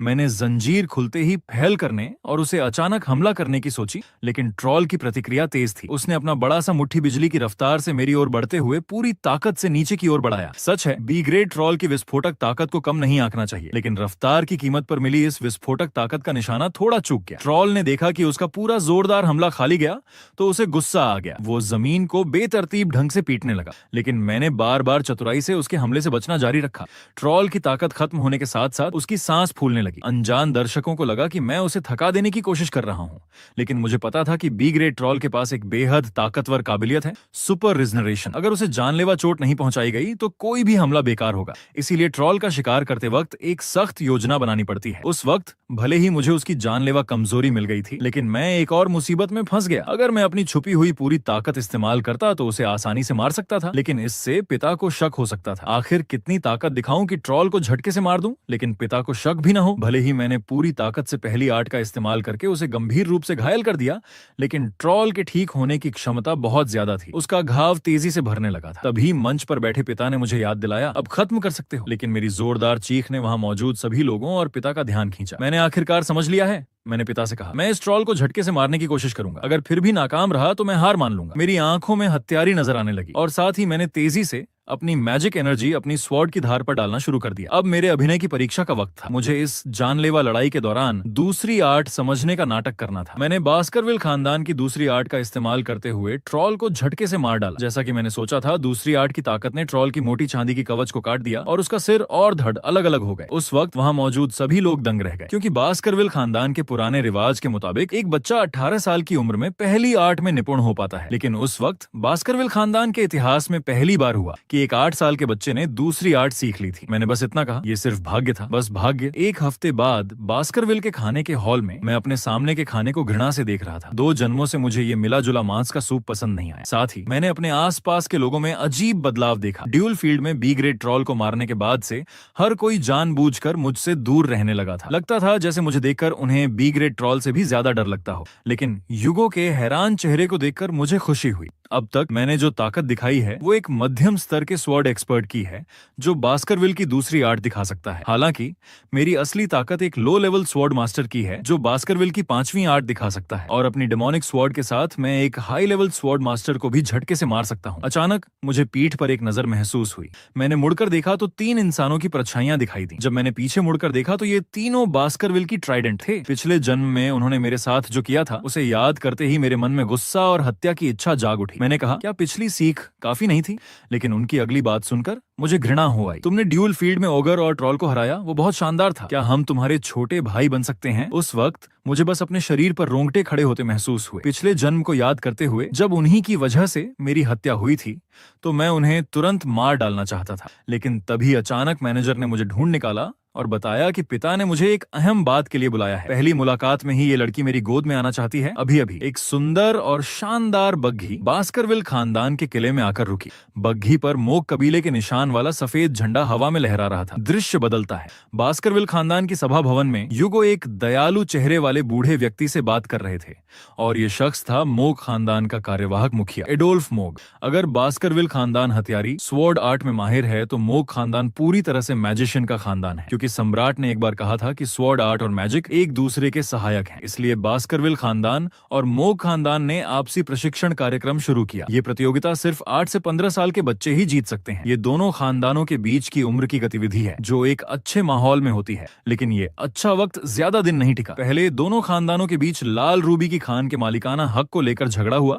जिसमें कितने ही लोग मारे गए। तब से दोनों खानदानों के रिश्ते अच्छे नहीं रहे। इसलिए ये शांत दृश्य दरअसल दोनों के अपने गुस्से को दबाने का नतीजा था। तभी एडोल्फ ने पहल की। सुना है बास्करविल खानदान में 100 साल में एक बार आने वाला प्रतिभाशाली पैदा हुआ है। लेकिन युगो ने जब बाहरी के मुंह से अपने बेटे की तारीफ सुनी तो उनके चेहरे पर खुशी के भाव आ गए। एडोल्फ, जो युगो को शर्मिंदा देखना चाहता था, ने कभी नहीं सोचा था कि इतने खतरनाक और सांप जैसे शख्स के चेहरे पर भी ऐसे भाव आ सकते हैं। तभी अचानक दरवाजा खुला और एक लाल बालों वाली वर्दी पहनी हुई लड़की अंदर आई। एडोल्फ ने परिचय दिया, ये मेरी भतीजी मुखिया रेस्पिन की बेटी है। ये हमारे खानदान की सबसे चमकदार प्रतिभाशाली लड़की केम है। लेकिन अचानक केम ने युगो से कहा, अंकल, तुम वही हो ना जिसने हमारी लाल रूबी की खान चुराई थी? तुम ये बेशर्म चोर, हमारी लाल रूबी की खान वापस कर दो। ये देखकर एडोल्फ ने दिखावे के लिए अपनी भतीजी को समझाया कि ऐसे नहीं बोलते। खैर, युगो गुस्सा नहीं हुए। उन्हें लगा कि ये सिर्फ एक बच्चे की बदतमीजी है। लेकिन ये नादान केम एडोल्फ की सलाह नहीं मानी और शिकायत करती रही। युगो की बात सुनकर उनका गुस्सा फूटने ही वाला था। ये देखकर एडोल्फ ने जल्दी से कहा, एक बच्चे पर इतना गुस्सा क्यों? क्या साम्राज्य का स्वॉर्ड मास्टर एक 8 साल की लड़की को डराना चाहता है? तभी एक वाक्य ने इस तनाव भरे माहौल को तोड़ दिया। क्या मोग खानदान के लोग नहीं जानते कि इंसान को लालच बहुत नहीं करना चाहिए? दरवाजा खुला और मैं मैनेजर के साथ अंदर आया। एडोल्फ ने मुझे देखकर मेरी काबिलियत का अंदाजा लगाना शुरू किया, लेकिन उन्होंने नहीं सोचा था कि उनकी भतीजी पहले ही अपनी सीट से उठ चुकी थी। केम ने मुझसे पूछा, तुम्हारी हिम्मत कैसे हुई वो बात कहने की? जब मैंने उसे गौर से देखा तो मैं पूरी तरह से अवाक रह गया, क्योंकि मेरे सामने खड़ी ये लड़की आने वाले 20 सालों में सबसे ताकतवर मैजिशियन बनने वाली थी। उसने अकेले ही सारे बर्बर लोगों का सफाया कर दिया था, सीमा पर लाशों की दीवार खड़ी कर दी थी और यहाँ तक कि राज परिवार को भी नियंत्रित कर लिया था। दुनिया उसे अथॉरिटी ऑफ फ्लेम के नाम से जानती थी। हालांकि वो सब एक दूर के भविष्य में होना था। अभी तो वो सिर्फ एक चिल्लाने वाली बच्ची ही थी। इसलिए मैंने उसका मजाक उड़ाया कि इतनी दूर से आकर सिर्फ गुस्सा दिखाने के लिए आया है। केम को गुस्सा आ गया। उसने तुरंत अपने हाथों में आइस मैजिक इकट्ठा किया। पूरा हॉल ठंडक से भर गया। मुझे लगा था कि वो मेरे साथ अभ्यास करना चाहती है, लेकिन पता चला कि उसने दोनों खानदानों के इलाके का नक्शा बना दिया था। सब उसकी ओर देखने लगे। वो हमें बताना चाहती थी कि लाल रूबी मोग खानदान की क्यों है। दाईं तरफ मोग खानदान का इलाका है। साफ है कि पूरी खान दाईं ओर झुकी हुई है। खान तो मोग खानदान की ही होनी चाहिए। इसके अलावा खान का दरवाजा भी मोग की जमीन पर है। लेकिन तुम लोग जबरदस्ती कर रहे हो, खुदाई में रुकावट डाल रहे हो और हमारे किराए के प्रस्ताव को ठुकरा रहे हो। मैंने उसे बताया, लाल रूबी हमारे लिए लोहे के कचरे से भी बदतर है। हमारा मकसद सिर्फ अपनी सीमा बढ़ाना है। केम ने सुना कि मैंने लाल रूबी को कचरे से भी बदतर कहा तो उसे बुरा लगा। उसने तय किया कि साफ दिखाएगी कि लाल रूबी की खुदाई का हक किसे है। उसने अपना हाथ बढ़ाकर बास्करविल के नक्शे पर रख दिया। ये देखकर मैंने मैंने तुरंत उसकी कलाई पकड़ ली। हमारी जमीन पर जो भी चीज है वो हमारी है। लेकिन केम ने मेरी बात का गलत मतलब निकाल लिया। उसका चेहरा लाल हो गया। वो घबरा कर बोली, तुम क्या कर रहे हो? मैं तुम्हारी कैसे हो सकती हूँ? ये तो हास्यास्पद है। लेकिन अगले ही पल सबकी सांसें थम गईं। मैंने अपनी पीठ से तेजी से एक डैगर निकाला और ठंडी आवाज में कहा, मेरा मतलब था तुम्हारी बांह अब मेरी है। हमारी सीमा में घुसने वाले को माफ नहीं किया जाएगा। लेकिन जैसे ही ब्लेड उसे छूने वाला था, इस आरामदायक जिंदगी की लड़की ने ऐसा मंजर कभी नहीं देखा था। वो तुरंत जोर से रोने लगी। लेकिन अचानक मुझे पीठ पर एक गहरी हत्या की इच्छा महसूस हुई। एडोल्फ खून से लाल आंखें की मेरे पीछे खड़ा था। गुस्से में उसने मुझे चेतावनी दी कि मैं उसकी भतीजी से दूर रहूं। मैंने केम की कलाई छोड़ दी। केम तुरंत अपने चाचा के पास जाकर रोने लगी। एडोल्फ ने यूगो की ओर मुड़कर पूछा, ये क्या है? मैंने एडोल्फ को समझाया कि ये असली डैगर नहीं है, बल्कि खानदान के भाइयों के झगड़े का खिलौना है। मैंने एडोल्फ से माफी मांगी और कहा कि मैं सिर्फ केम के साथ मजाक कर रहा था, उसे रुलाने का इरादा नहीं था। तभी यूगो ने भी कहा, महोदय, क्या बच्चों की शरारत में बहुत दखल नहीं देना चाहिए? उन्होंने ये भी कहा कि लाल रूबी की खान के मामले में उनके पास एक योजना है जो शायद मोग खानदान को भी मंजूर हो, इसलिए हमें जल्दी से संयुक्त प्रशिक्षण प्रतियोगिता खत्म करनी चाहिए। तभी केम ने घोषणा की, प्रतियोगिता में मैं तुम्हें बख्शने वाली नहीं हूँ। दृश्य बदलता है। बास्करविल के प्रतियोगिता स्थल पर कई दर्शक जमा हो चुके थे। रिवाज के मुताबिक 8 साल के बच्चों का सिर्फ मैजिक सेंसिटिविटी का टेस्ट होता है। 15 साल के बच्चों की असली लड़ाई पर ज्यादा ध्यान दिया जाता है। लेकिन इस साल की संयुक्त प्रतियोगिता में सबकी नजरें कहीं और थीं। मशहूर मैजिशियन खानदान की केम और ब्लडी स्वॉर्ड्स वाले बास्करविल खानदान के ह्यूको, दोनों मुखियाओं के प्रस्ताव पर दोनों 8 साल के सुपरस्टारों की असली लड़ाई होगी। घंटी बजते ही संयुक्त प्रतियोगिता शुरू हो गई। केम ने कहा, मानसिक तैयारी कर लो, दीदी जब भी लड़ती है दया नहीं दिखाती। फिर उसने कुछ बुदबुदाया और अपनी छाती पर हाथ रखकर मैजिक रिएक्शन शुरू की। लेकिन उसका अगला कदम देखकर दर्शकों के होश उड़ गए। केम के चारों ओर एक साथ मैजिक रन दिखाई दिए, फायर रन, आइस रन और अर्थ रन, 4 मैजिक रन। एडोल्फ ने मेरी ओर देखकर मुस्कुराया। उन्होंने बताया कि 15 साल का मैजिशियन भी एक एलिमेंट पर काबू पाने में मुश्किल महसूस करता है, लेकिन केम ने 8 साल की उम्र में ही 4 एलिमेंट सीख लिए हैं। साथ ही मंच पर खड़ी केम ने अपने हाथ से मैजिक रन, फायर रन और आइस रन को मेरी ओर तेजी से हमला करने के लिए भेजा। मैंने उसका मजाक उड़ाया, दिखावे की चीज है,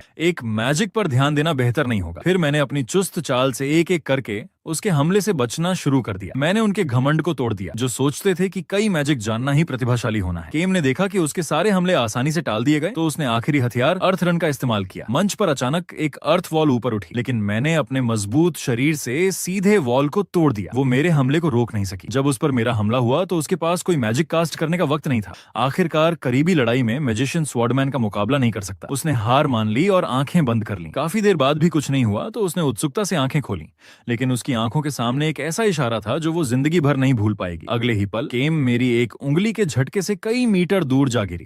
मंच पर बैठे एडोल्फ भी मेरे इस हरकत से हैरान रह गए। उस वक्त ताकत का अंतर साफ दिख रहा था, लेकिन केम ने हार नहीं मानी। उसने फिर से 2 अर्थ वॉल्स खड़ी कर दी। मैंने वॉल्स को देखकर सोचा, असल में इस स्तर का मैजिक इंसानी बुद्धि का अपमान है। बस घूमकर निकल जाना ही आसान हल होता। उसके अभिमान को ज्यादा चोट न पहुंचे, इसलिए मैंने एक बेहतरीन अभिनेता बनने का फैसला किया। मैंने अपना दाहिना हाथ उठाया और अपनी ताकत को नियंत्रित करते हुए वॉल पर मुक्का मारा। दोनों वॉल्स मेरे एक मुक्के से एक छोटा सा छेद हो गई। फिर मैंने जोर बढ़ाना बंद किया और एक और उंगली का झटका देकर केम को जमीन पर गिरा दिया। मुझे लगा था कि दर्द देने से वो हार मान लेगी, लेकिन जब मैंने सतर्कता कम की तो उसने फिर से फायर मैजिक से मेरी ओर हमला कर दिया। हालांकि अब मैं 0.1 सेकंड में उसे मार सकता था, लेकिन ऐसा करने से बड़ी मुसीबत हो जाती। तभी पास के मंच पर एक हमले ने हमारा ध्यान खींचा। मेरे दिमाग में एक उपाय आया। जब मैं सोच में डूबा था तो केम और गुस्से में मेरी ओर बढ़ने लगी। जब सामने के मैजिशियन ने अपना सबसे ताकतवर हमला किया तो मैंने सही वक्त पर पीछे की ओर छलांग लगाकर केम के हमले से बचा और पीछे की ओर कूद गया। जब पास का फायर मैजिक फटा तो मैं तुरंत लेट गया और उसे याद दिलाया, डिफेंस मैजिक का इस्तेमाल करना याद रखना। चमकदार फ्लेम्स ने केम का चेहरा रोशन कर दिया। अगले ही पल पूरा मैदान धमाके की रोशनी से भर गया। एडोल्फ भी हैरानी से उछलकर खड़े हो गए और चिल्लाए। मैदान के बाहर के दर्शकों ने कभी इतना ताकतवर हमला नहीं देखा था।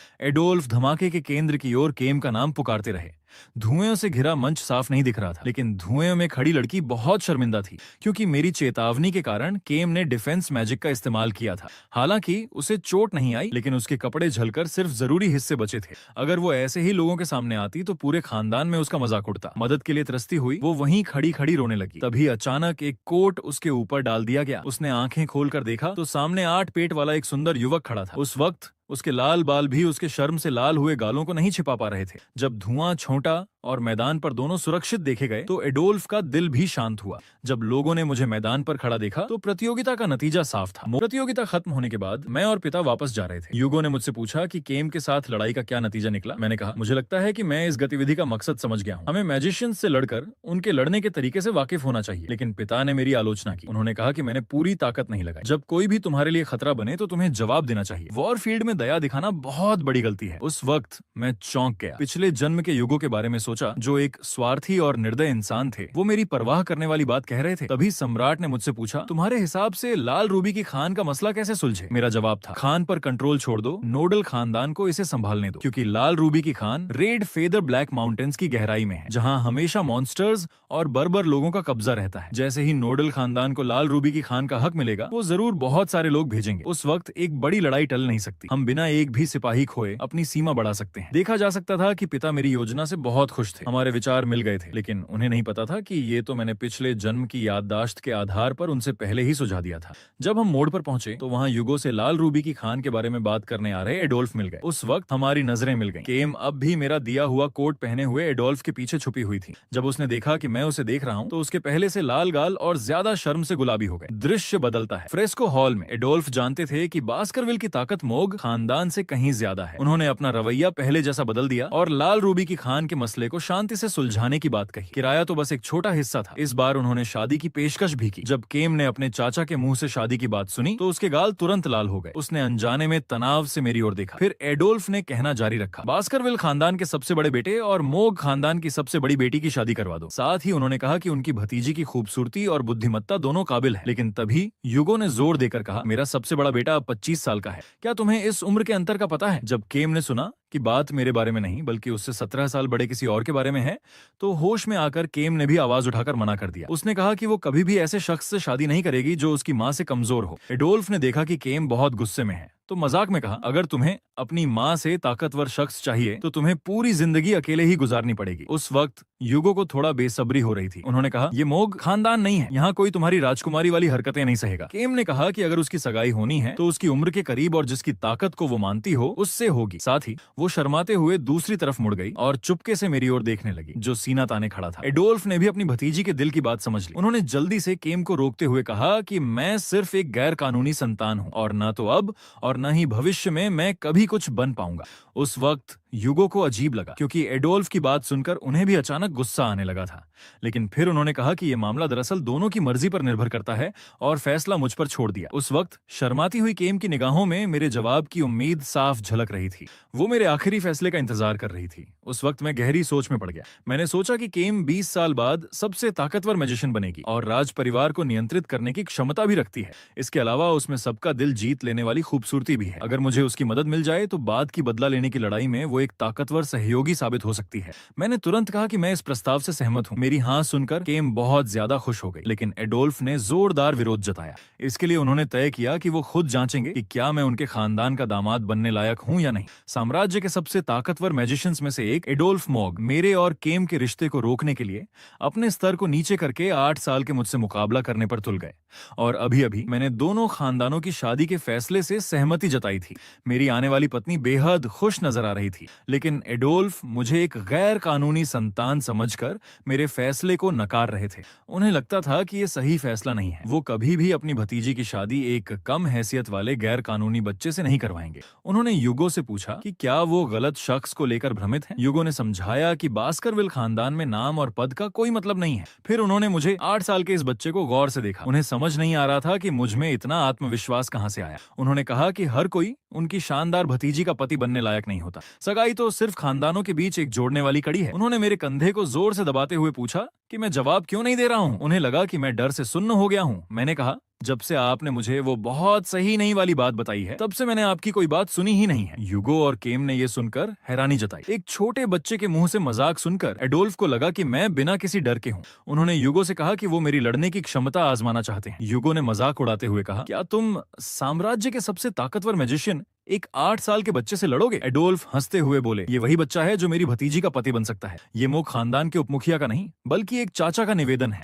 एडोल्फ के बार बार अनुरोध करने पर यूगो ने आखिरकार उनके प्रस्ताव को मान लिया। मैंने देखा कि एडोल्फ इतने जिद्दी हैं तो मैंने सोचा तुम्हें सबके सामने शर्मिंदा होने का मौका देता हूँ। दृश्य बदलता है। हवा के झोंके ने बास्करविल के ट्रेनिंग ग्राउंड पर धूल उड़ा दी। शुरुआत में ही एडोल्फ ने घमंड से कहा कि वो मेरे साथ नरमी से पेश आएंगे। मैंने सहमति जताई, लेकिन दिल में सोचा अगर मैं तुम्हें अपनी पूरी ताकत दिखा दूं तो शायद तुम बेहोश हो जाओगे। तभी देखा एडोल्फ ने हाथ उठाया और उनकी हथेली में अर्थ मैजिक जमा होने लगा। कुछ ही देर में एक बेसिक शेप का जग तैयार हो गया। फिर फायर और वाटर मैजिक भी जुड़ गए। पास में खड़ी केम भी हैरान थी कि उसके चाचा पानी, आग और मिट्टी तीनों एलिमेंट्स के मैजिक को एक साथ नियंत्रित कर सकते हैं। पल भर में उन्होंने पानी से भरा एक जग तैयार कर लिया। उन्होंने घमंड से कहा कि वो इस जग को अपने सिर पर रखकर मेरे साथ लड़ेंगे। अगर मैं इससे एक बूंद पानी भी गिरवा सका तो मैं जीत जाऊंगा। इस शर्त को देखकर मैं सोच में पड़ गया, क्योंकि मेरे पिछले जन्म में ही एडोल्फ एक मुश्किल प्रतिद्वंद्वी थे। सीधी लड़ाई में जीत की संभावना सिर्फ 10% थी और छिपकर हमला करने पर 50%। शायद अब भी एडोल्फ की ताकत और काबिलियत को समझने का एक अच्छा मौका है। लेकिन क्या ये युगों का तरीका नहीं है कि एडोल्फ के हाथों मेरी परीक्षा ली जाए? इसलिए मुझे पूरी ताकत लगाने की जरूरत नहीं, बस पिता की उम्मीदों के मुताबिक काम करना होगा। मैंने आगे बढ़कर जोर लगाया, डैगर निकाली और एडोल्फ की ओर दौड़ पड़ा। अचानक मेरी छोटी सी प्रेमिका ने मुझे चिल्लाकर चेतावनी दी, बिल्कुल भी सामने से हमला मत करना। पता चला कि एडोल्फ ने स्वॉर्डमैन से निपटने का तरीका पहले ही सोच लिया था। वो बेहद मजबूत डिफेंस शील्ड का इस्तेमाल करेंगे। आम डैगर उसे तोड़ नहीं सकती। लेकिन मुझे समझने का मौका नहीं मिला। मैंने बास्करविल की पहली आर्ट का हमला कर दिया, लेकिन मेरा हमला ऐसा लगा जैसे किसी मजबूत लोहे पर वार किया हो। उल्टे झटके ने मुझे पीछे धकेल दिया। एडोल्फ ने देखा कि मैं उनकी डिफेंस नहीं तोड़ पा रहा हूं तो मेरा मजाक उड़ाते हुए कहा कि मैं अपनी हैसियत नहीं जानता। साथ ही वो फायर स्पेल पढ़ने लगे। उनके सिर के ऊपर बड़ी बड़ी फायर बॉल्स जमा होने लगी। अगले ही पल उन्होंने उन बॉल्स को मेरी ओर फेंक दिया। मुझे डैगर से बचाव करते हुए पीछे हटना पड़ा, लेकिन इस बार केम ने उन्हें डांटा कि वो एक्स्ट्रा मैजिक का इस्तेमाल कर रहे हैं। इससे एडोल्फ को समझ नहीं आ रहा था कि उनकी भतीजी किस तरफ है। उस वक्त यूगो ने देखा कि एडोल्फ के हमले की रफ्तार भले ही तेज हो, लेकिन उससे बचा नहीं जा सकता ऐसा नहीं था। लगता था कि उन्हें रोकने की जरूरत नहीं है। देखते हैं कि ये छोटा शिकारी कुत्ता आखिर कर क्या पाता है। लेकिन फिर भी पिछले जन्म की यादों ने मुझे बताया कि एडोल्फ को हराना नामुमकिन नहीं है। 8 साल के प्रतिद्वंद्वी को देखकर वो जरूर कुछ दिनों के लिए आराम से रहेंगे। अगर उनकी 2 कमजोरियों को पकड़ लिया जाए तो उन्हें मार भी सकते हैं। ये कहकर मैं फिर से उठा और डैगर उठाकर मैजिक शील्ड पर लगातार हमला करने लगा। एडोल्फ ने मुझे समझाते हुए कहा कि मैं अपनी ताकत बर्बाद न करूं। तुम्हारी डैगर कभी भी मेरी शील्ड को नहीं भेद सकती। लेकिन उनकी बात खत्म होते ही अगले ही पल मैजिक शील्ड मेरे लगातार हमलों से सचमुच में दरकने लगी। इसके लिए एडोल्फ मेरे ध्यान केंद्रित करने की क्षमता से प्रभावित हुए। मैं 99 हमले एक ही जगह पर सही निशाने पर लगा सका और मेरा आखिरी वार करते ही मेरी डैगर इतना दबाव नहीं झेल पाई और टूट गई। एडोल्फ ने एक बड़े की तरह मुझे समझाते हुए कहा, तुम्हें अपनी डैगर और मेरी शील्ड की मजबूती का ख्याल रखना चाहिए था। एक ही लक्ष्य पर ध्यान देना अच्छी बात है, लेकिन ये इस बात पर निर्भर करता है कि तुम्हारा प्रतिद्वंद्वी कौन है। तभी पास में खड़े पिता और केम हैरान रह गए, क्योंकि उस वक्त जो एडोल्फ मेरी काबिलियत पर सवाल उठा रहे थे उनके सिर के ऊपर रखे जगह से पानी टपकने लगा। असल में जब उन्होंने मेरी टूटी हुई डैगर देखी तो सतर्कता कम करके अपना मैजिक डिफेंस शील्ड हटा लिया। तभी मुझे मौका मिला कि मैं अपनी टूटी डैगर को जग में घोंप दूं। इसका मतलब था कि मैं इस काबिलियत की परीक्षा में पास हो गया हूँ। उस वक्त केम का चेहरा लाल था। उसकी निगाहों में सिर्फ पूजा भाव था। वो लगातार मेरे साथ शादी करने के ख्यालों में खोई हुई थी। यूगो बहुत ज्यादा उत्साहित थे, क्योंकि उन्हें पता चल गया था कि उनका पाला हुआ कुत्ता उनकी उम्मीद से कहीं ज्यादा ताकतवर है। इस दुनिया की ग्रेजुएशन परीक्षा थी अपने सदस्य से भी बड़े एक मॉन्स्टर का शिकार करना। इतने खूंखार बुलबियर के सामने होने के बावजूद परीक्षार्थियों की आंखों में एक पल की भी डर नहीं झलक रहा था। वक्त तेजी से बीता। 7 साल बाद पुराने टेंट पर सूरज की आखिरी किरणें पड़ रही थीं। आज नई पीढ़ी के खानदानी शिकारी कुत्तों की ग्रेजुएशन परीक्षा थी। परीक्षा का सवाल था इस पाले हुए बुलबियर को मारना। यही उनकी आखिरी परीक्षा थी, जिसमें पास होने पर ही वो ग्रेजुएट हो पाएंगे। बास्करविल के ट्रेनिंग ग्राउंड पर पहले के मासूम बच्चे अब जोशीले किशोर बन चुके थे। उनकी तेज निगाहें देखकर ही पता चल जाता था कि वो एक काबिल शिकारी कुत्ता बन चुके हैं। अचानक बुलबियर लगाम तोड़कर भीड़ की ओर दौड़ पड़ा। इतने खूंखार बुलबियर को हराने के लिए उन्हें अपनी पूरी सीखी हुई आर्ट दिखानी पड़ेगी, तभी वो उससे लड़ पाएंगे। तभी एक स्टूडेंट ने बुलबियर के सींग पर एक तीर मारा, लेकिन बुलबियर ने अपनी मोटी खाल और ताकत की वजह से उनकी पूरी पंक्ति को तोड़कर रख दिया। पास खड़े ट्रेनर ने देखा कि स्टूडेंट को दिक्कत हो रही है तो तुरंत चिल्लाया, अपने से ताकतवर दुश्मन से लड़ते वक्त हमेशा हमला नहीं करना चाहिए। उसकी ताकत से बचो और उसकी कमजोरी पकड़कर एक ही वार में उसे खत्म करो। उस वक्त मैदान के पीछे से 3 परछाइयां तेजी से ऊपर उछली। इन तीनों ने अपनी जन्मजात तालमेल का इस्तेमाल करते हुए बास्करविल की दूसरी आर्ट दिखाई। उनकी स्वॉर्ड्स ने एक साथ मिलकर बुलबियर मॉन्स्टर के शरीर को चीर दिया। वही ट्राइडेंट जिन्हें मैंने हराकर दुश्मन बना लिया था, वो अब अनजाने में ही मेरे साथी बन गए थे। आज की टीम वर्क में उनकी भूमिका बहुत अहम थी। पास खड़े ट्रेनर भी उनके एक साथ मिलकर लड़ने की क्षमता से हैरान रह गए। तभी गंभीर रूप से घायल बुलबियर ने फिर से हमला करने की कोशिश की, लेकिन मौका देखकर छोटे शिकारी कुत्तों ने एक साथ मिलकर उस पर हमला बोल दिया। ट्रेनर भी इस बैच के स्टूडेंट की ताकत से इतने प्रभावित हुए कि अनजाने में तालियां बजाने लगे। इस ग्रेजुएशन परीक्षा के बाद सभी की काबिलियत को मिनिमम एक्सपर्ट लेवल मान लिया गया। अब तक 7 साल लंबी कठोर ट्रेनिंग खत्म हो गई। ट्रेनर ने सभी को चेतावनी दी, पहले जिन मॉन्स्टर्स से तुम लड़े हो वो सब खानदान द्वारा पाले हुए थे। रेड फेदर ब्लैक माउंटेन्स के जंगली मॉन्स्टर्स से वो बिल्कुल अलग हैं। मैं भी उन बूढ़े और जिद्दी लोगों से नहीं लड़ सकता, इसलिए हमेशा सबसे ज्यादा सतर्क रहो, क्योंकि मौत सोच से ज्यादा आसानी से आ सकती है। बस यही सब था। तुम सबको ग्रेजुएशन की बधाई, भविष्य में तुम्हारा भाग्य अच्छा रहे। फिर सभी ने अपने आने वाले करियर को चुनना शुरू कर दिया। बास्करविल खानदान में 7 नाइट टीम है, surveillance, scout, defence, assassin, suppression, full warfare वगैरह। अचानक पास से एक आवाज आई, तुम्हें क्या लगता है वो मॉन्स्टर कौन सा प्रोफेशन चुनेगा? सुना है उसने अकेले ही हमसे कहीं ज्यादा बड़े ब्लडविड को हरा दिया था। उस वक्त मैं भी सोच में पड़ गया। अब मेरी काबिलियत मिड लेवल मास्टर की है। इन 7 सालों में मैं सिर्फ लो लेवल से मिड लेवल तक पहुंच पाया हूं। हालांकि पिछले जन्म की तुलना में ये उस 30 साल की उम्र वाले मेरी ताकत से भी आगे है, लेकिन गति मेरी उम्मीद से कहीं ज्यादा धीमी रही। तभी अचानक मैनेजर आ गया। खुशी खुशी उसने मुझे ग्रेजुएशन की बधाई दी और कहा कि पिता मुझे किसी काम के लिए बुला रहे हैं। शायद युगो ने मेरे 15 साल के होने पर पहला काम तय कर दिया है। दृश्य बदलता है। मैं युगो के स्टडी रूम में पहुंच गया। उस वक्त मैंने देखा कि उनकी नाक पर चोट है। मैंने पूछा कि उनके चेहरे पर यह स्वॉर्ड का निशान कैसे आया। उन्होंने निशान को छूते हुए गहराई से कहा, ये स्कारलेट ब्लैक लैंड में बर्बर लोगों को जीतते वक्त एक बर्बर महिला स्वॉर्डमैन ने मुझे दिया था, लेकिन मैंने भी उसके चेहरे पर ऐसा ही निशान छोड़ा था। उस वक्त मैंने दिल में सोचा कि शायद वो मेरे लिए कोई काम तय करने वाले हैं। पिछले जन्म को याद करते हुए मैं अभी अभी ग्रेजुएट हुआ था कि मुझे तुरंत रेड फेदर ब्लैक माउंटेन्स भेज दिया गया था। मैं 30 साल तक जान और मौत के बीच झूलता रहा। मुझे बिना किसी आराम के तुरंत वॉरफील्ड में भेज दिया गया था, क्योंकि एक गैर कानूनी संतान होने के नाते मैं शुद्ध खून वाले बच्चों की तरह अभिजात वर्ग का मैनेजमेंट और ट्रेनिंग नहीं पा सकता था। लेकिन युगो की अगली बात सुनकर मैं चौंक गया। बेटा, तुम अंडर हॉस्पिटल वाली जगह क्यों नहीं आजमाते? मैंने समझने का नाटक करते हुए पूछा। अंडर हॉस्पिटल का पद क्या होता है? पिता ने समझाया, अंडर हॉस्पिटल का मतलब है बास्करविल खानदान के एरिया मैनेजमेंट में मदद करना। क्या तुम इसे आजमाना चाहोगे? मैंने कहा कि मैं इसे स्वीकार करूंगा, लेकिन इससे पहले मेरी एक शर्त है। मुझे एक फंड की जरूरत है। ये सुनकर मैनेजर डर गया, क्योंकि पिता अपने पैसों के लिए बहुत मशहूर हैं।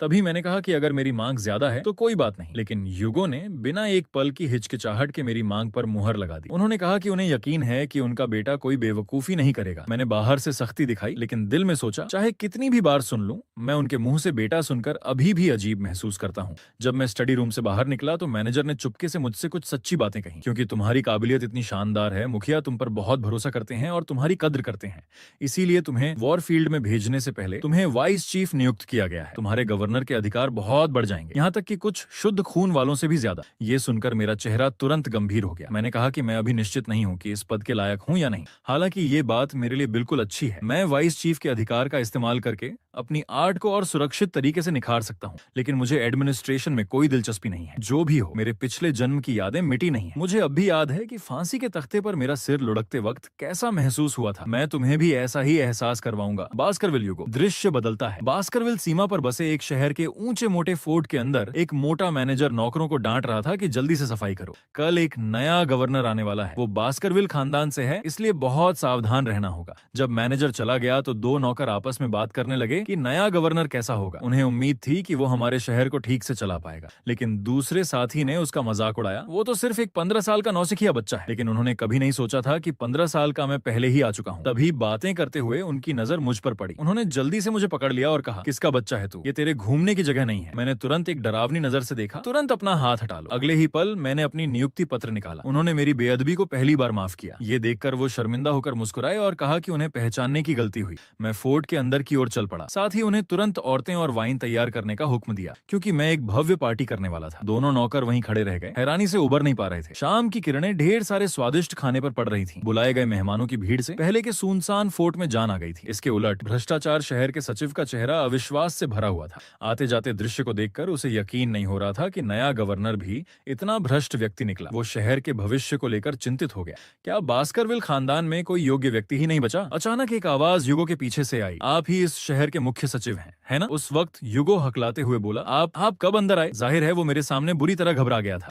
तभी मैंने अपना परिचय दिया, मैं नया एडमिनिस्ट्रेटर हूँ, अब आप मेरे असिस्टेंट होंगे। मुझे उम्मीद है कि आप पूरी लगन से मेरी मदद करेंगे। फिर मैंने कहा कि आते वक्त मैंने आपका रिकॉर्ड चेक कर लिया है, आप इस भ्रष्ट शहर में पैदा हुए हैं। मैं समझता हूँ कि आप जैसे लोगों के लिए काम करना कितना मुश्किल होता है। मैंने कहा कि मैं दखल नहीं दूंगा कि आप काम कैसे करते हैं, क्योंकि मुझे यकीन है कि आप अपना काम ठीक से करते रहेंगे। उस वक्त युगो को लगा कि सामने का ये बच्चा उसकी सोच से कहीं ज्यादा समझदार है, और वो तो पार्टी कर रहा था ना, यहाँ कैसे आ गया? तभी मेरे एक वाक्य ने उसे हकीकत में वापस ला दिया। कानून की किताब में लिखे हर नियम में बुनियादी तौर पर छोटे छोटे छेद हैं। इसी वजह से कितनी ही इल्लीगल कंपनियां खुल गई हैं। यहाँ तक कि अंडरग्राउंड इल्लीगल ऑर्गेनाइजेशन भी कानून से ऊपर उठ गए हैं। मैंने कहा कि सिर्फ इल्लीगल बिजनेस बंद कराने से समस्या नहीं सुलझेगी, इन अंडरग्राउंड धंधों के सरगनाओं को खत्म करना होगा। मैंने युगो से कहा, एडमिनिस्ट्रेटर का काम कानून बनाना और उसे लागू करना होता है। मैं पहले से चल रहे कानून नहीं बदलूंगा, बल्कि उसी के आधार पर एक नया कानून बनाऊंगा। और मैंने वादा किया कि एक हफ्ते के अंदर सारी इल्लीगल कंपनियों को बंद कर दूंगा। लेकिन चूंकि मैं उम्र में छोटा हूँ, मेरे मुंह से निकली बात पर शायद कोई यकीन नहीं करेगा, इसलिए मुझे एक ड्रामा करना होगा ताकि इस भ्रष्ट शहर के सारे लोग मेरी बात माने। युगो हैरान था, क्या ये कोई 15 साल का बच्चा सोच सकता है? अगली सुबह मैंने युगो को नया कानून जारी करने का नोटिस भेजने को कहा। सब लोग शहर के सेंटर में जमा हो गए। मंच पर खड़े नए और अनुभवहीन एडमिनिस्ट्रेटर को देखकर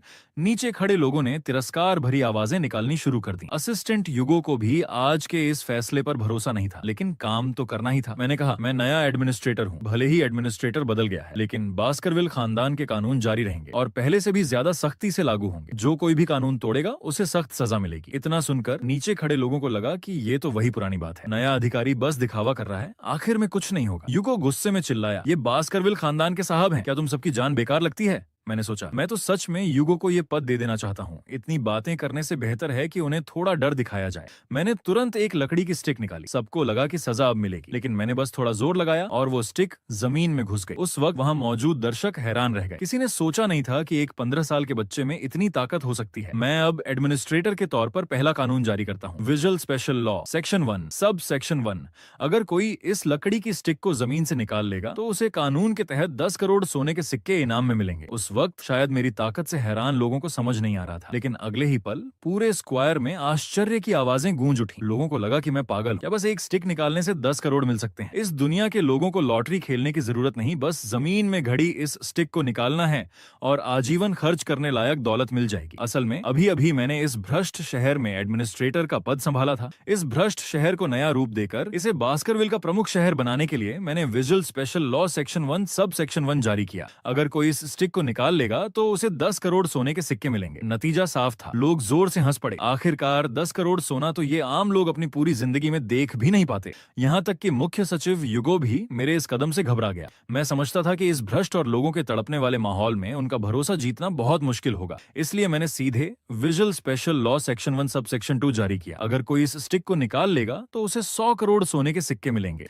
नीचे खड़े लोगों को लगा कि उनकी इज्जत और स्वाभिमान का अपमान हुआ है। गुस्सा उनके दिल में उबलने लगा। अगर मैं एडमिनिस्ट्रेटर नहीं होता तो शायद वो मुझ पर हाथ भी उठा देते। पीछे खड़े युगो को इतनी शर्मिंदगी हुई कि वो जमीन में गड़ जाना चाहता था, लेकिन फिर भी मैं अपने रास्ते पर अड़ा रहा। मैंने इनाम बढ़ाकर 1000 करोड़ कर दिया। उस वक्त नीचे खड़े लोग जो अभी तक मजाक उड़ा रहे थे, अचानक मेरे इस कदम से स्तब्ध रह गए। अगर पहले के 2 इनाम नए एडमिनिस्ट्रेटर के लोगों को डराने का तरीका थे, तो क्या ये 1000 करोड़ बहुत ज्यादा नहीं था? नीचे खड़े लोगों का मन थोड़ा ललचाने लगा था, लेकिन जब उन्होंने मेरी कमर पर लटकती स्वॉर्ड देखी तो उन्होंने अपना विचार बदल दिया। युगो भी दौड़कर मेरे पास आया और मुझे रोकने लगा। उसे लगा कि मेरा मजाक बहुत बड़ा हो गया है और मेरे पास इतने पैसे भी नहीं है। तभी फूल बेचने वाली एक छोटी लड़की ने हाथ उठाया। उसने कहा कि वो कोशिश करना चाहती है। पास खड़े एक बूढ़े ने उसे समझाया कि ऐसी मूर्खता न करे। लड़की ने कहा कि उसकी माँ बीमार है और उसे पैसों की सख्त जरूरत है, इसलिए उसे ये मौका जरूर आजमाना चाहिए। लड़की डरते डरते मेरे सामने आई। उसके दिल में सोच थी, शायद वो मुझे नहीं मारेगा, अगर मैं स्टिक निकाल लूं तो शायद मुझे कुछ सिक्के दे देगा। तभी मैंने गंभीर आवाज में लड़की की ओर इशारा करते हुए कहा,